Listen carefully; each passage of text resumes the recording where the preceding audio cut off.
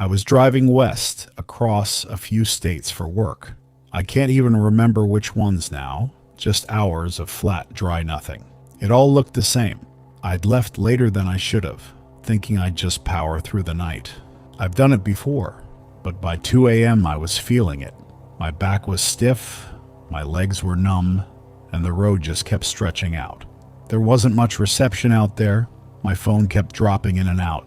The only radio station I could get was some late-night AM talk show, fuzzy and fading every few minutes. I hadn't seen another car in over an hour. It was just me, the dark road, and a bottle of gas station coffee that tasted like burnt dirt. Then I saw a sign, rest area 1 mile. I didn't think twice. I needed to stretch, take a leak, maybe splash water on my face. I took the exit. The ramp curved down into a beat-up 2-lane road, cracked and uneven. I could barely make out some old buildings off in the distance, but they weren't lit.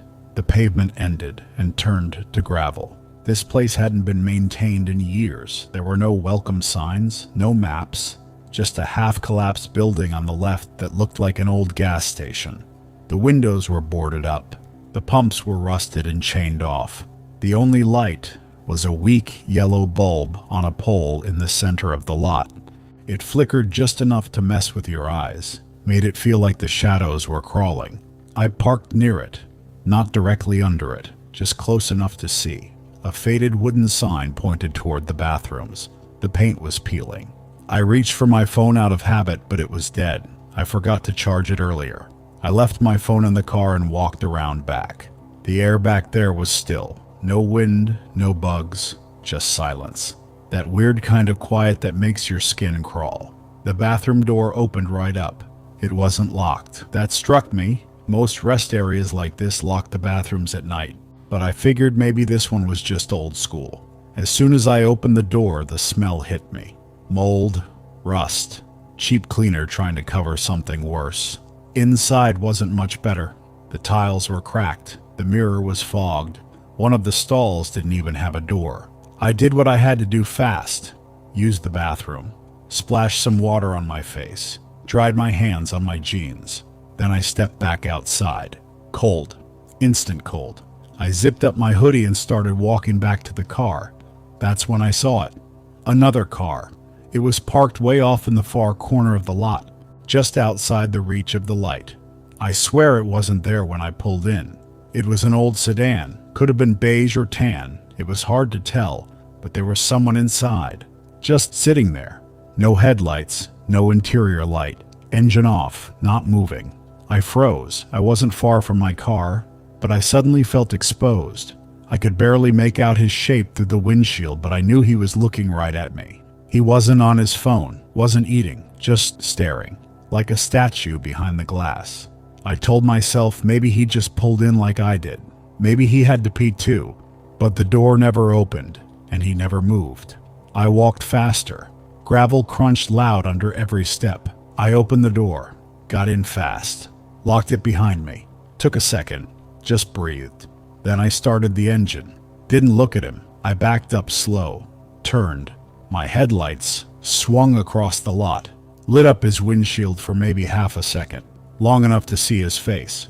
It looked wrong, hollow, eyes too wide like he hadn't blinked in hours, staring forward, hands on the wheel. Still not moving. I pulled onto the road, got back on the highway, started speeding up, checked my mirror. That's when I saw it. Headlights. He pulled out behind me, not tailgating, not weaving, just staying 4 or 5 car lengths back. He matched every move I made. I slowed down. He slowed down. I sped up. So did he. Not aggressive, just there. I took random exits, changed highways, even looped through one of those truckway stations. Every time I looked back, still there. Eventually I pulled off and stopped, just to see what he'd do. He stopped too. Same distance, headlights on, engine running. I knew then it wasn't a coincidence. I got back on the road.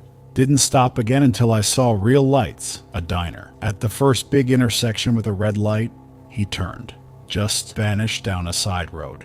I pulled into a 24-hour diner, sat in the back booth, ordered coffee. The waitress asked if I was okay. I lied. Told her I was just tired from the drive. My hands were still shaking. I stayed until the sun came up.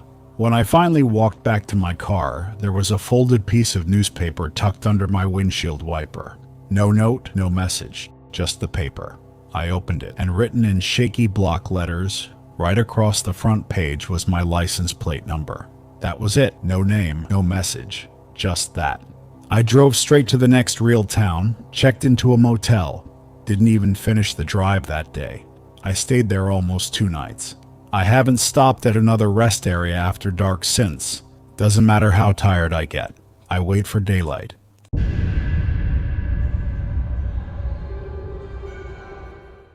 It was supposed to be a quick 2-night trip for work, nothing unusual.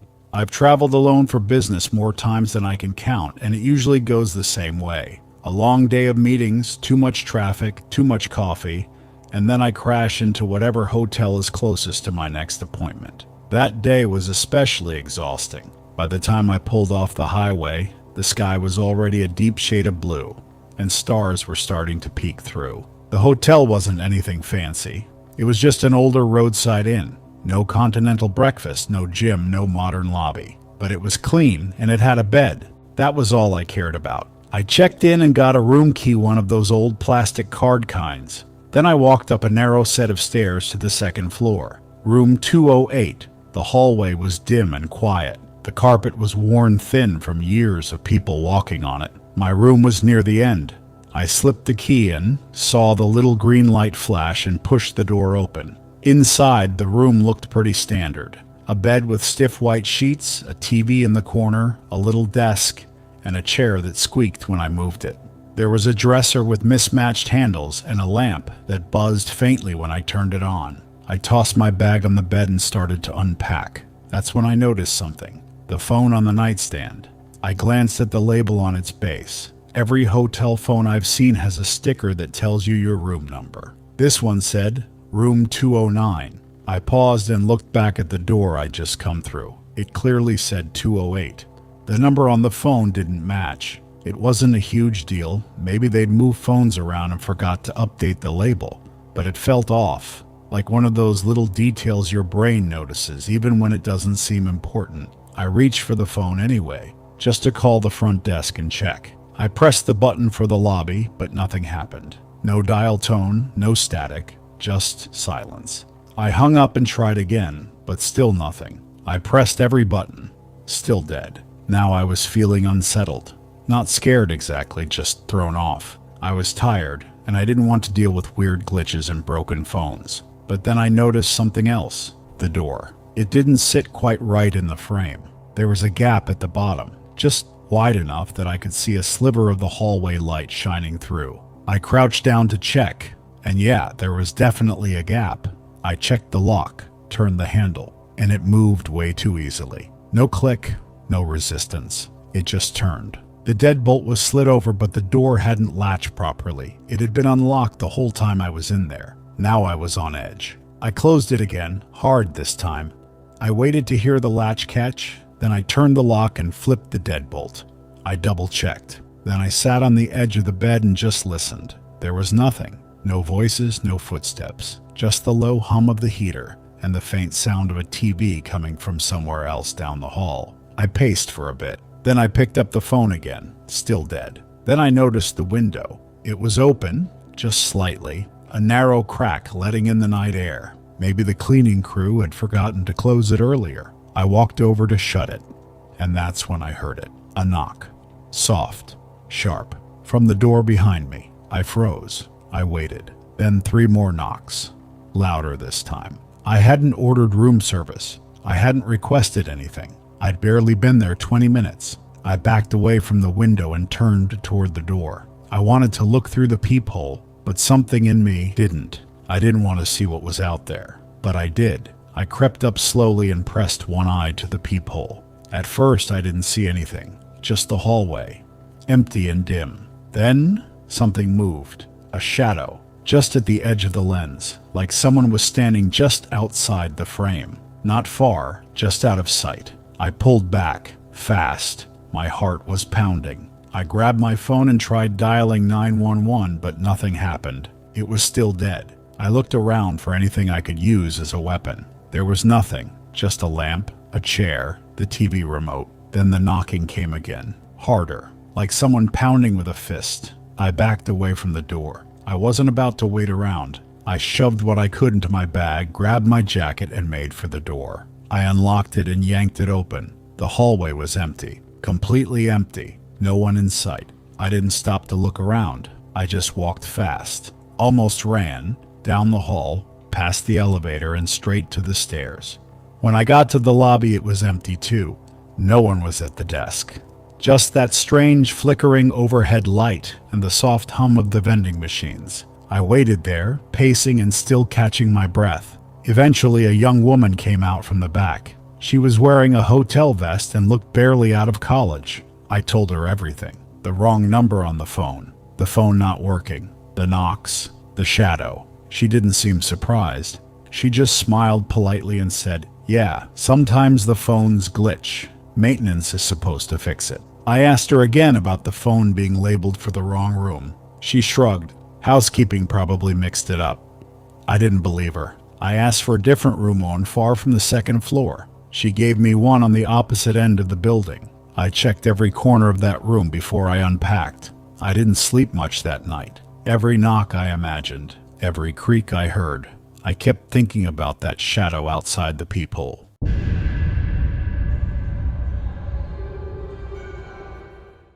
I work in equipment maintenance for a company that handles construction contracts out in rural areas.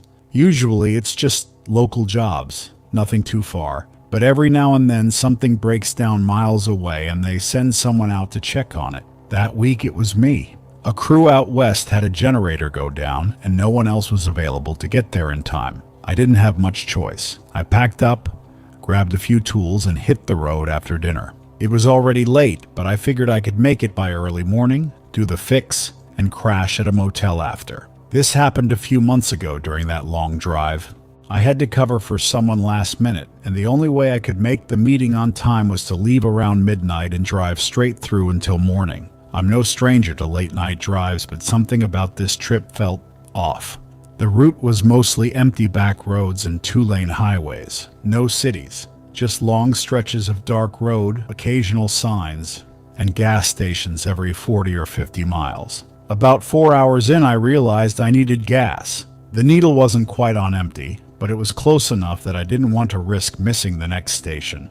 I hadn't seen another car in maybe 20 minutes, and the GPS didn't show much ahead, just more road. Eventually, I saw a small sign on the side of the highway. It was beat up and faded, but it clearly said, "Fuel snacks 1 mile." The arrow pointed down a narrow exit ramp, so I took it. The road it led to was rough. No streetlights, barely wide enough for 2 cars, full of cracks and potholes. Trees lined both sides and I had to slow down to avoid hitting one. But just like the sign promised, about a mile in, I saw a gas station. Except it didn't look open. There was a single light flickering above the door of a small building. The pumps were old, the kind with rolling number counters and faded stickers. The kind you don't really see anymore unless the place hasn't been updated in 20 years. I pulled in anyway, thinking maybe it was a 24-hour place and someone forgot to turn on the big sign. I parked near the closest pump and got out. The cold hit me harder than I expected. It was dead silent except for the buzzing of that flickering light. I looked around. No other cars. No signs of movement inside the building. I tried the pump just to see if it was working. Nothing. The screen didn't even turn on. I jiggled the handle. Still nothing. So I walked up to the door and peeked inside. It was dark, but I could make out shelves, snacks, a cooler in the back, a register. But no one was there. Then I noticed something. The door wasn't locked. I figured maybe the attendant was in the back or using the restroom. I pushed the door open and stepped inside. That's when I smelled it. The place reeked, not just of old coffee or stale chips, but something metallic, like rust. I figured it was just the pipes, or the building being old. I called out, "Hello?" but nobody answered. I didn't go far in, just stood by the counter and looked around. A little bell above the door jingled when I came in, but no one appeared. There were cameras in the corners, but they looked too dusty to still work. Something about it all felt wrong. Then I heard a thump, It came from behind the counter. Not loud, just like something lightly bumping into a wall or being moved. I took a step back. My heart was racing now. "Hey," I said louder this time. "Anyone back there?" No answer. I thought about walking around the counter to check, but something in me said, "Don't." I turned and started walking back toward the door. That's when I noticed the cooler doors at the back of the store. One of them was open, just barely, not enough to notice at first glance. I didn't stop walking, kept my eyes on the door, walked right out and got back in my car. I locked the doors and started the engine. It took longer than usual to turn over. Those few seconds felt like forever. When it finally started, I backed up and turned around in the lot. That's when my headlights lit up the side of the building. There was a truck parked behind it. It wasn't there when I pulled in, I was sure of it. It looked old and beat up, like it hadn't moved in weeks, but the hood was slightly open and the driver's side door was cracked. Just enough to see someone had been in it recently. I didn't wait to see anything else. I turned back onto the road and headed toward the highway. I felt tension leave my body once I got back on the main road. I told myself it was just a creepy abandoned gas station, nothing more. But a few miles later, I looked in the rearview mirror and saw headlights, just two white dots, far back. I told myself it was just another driver, maybe someone who had been sleeping in their car and decided to head out. But no matter how fast I drove, the lights stayed the same distance behind me. 10 minutes, 15. Every turn I took, they followed. I turned off onto a service road just to check. The car followed. That's when I started to panic. I didn't have cell signal, just a single blinking bar that wouldn't load anything. Finally, I saw a rest stop up ahead. Just a big parking lot with some vending machines and a bathroom. I pulled in fast and parked right under the lights. The other car slowed down as it passed. It didn't stop, just kept rolling by. I sat there for a few minutes, waiting, watching, trying to calm my nerves. I even got out and stretched, pretending like I wasn't spooked. Eventually, I got back in the car and kept driving. I didn't see those headlights again, but I didn't stop the rest of the way either. Not for gas, not for food, nothing. When I got to the site, I told one of the crew guys what happened. He just nodded and said, "Yeah, that area's got a few stations like that. People don't go there unless they have to." I don't know what I walked into that night, but now I always fill up before I leave town.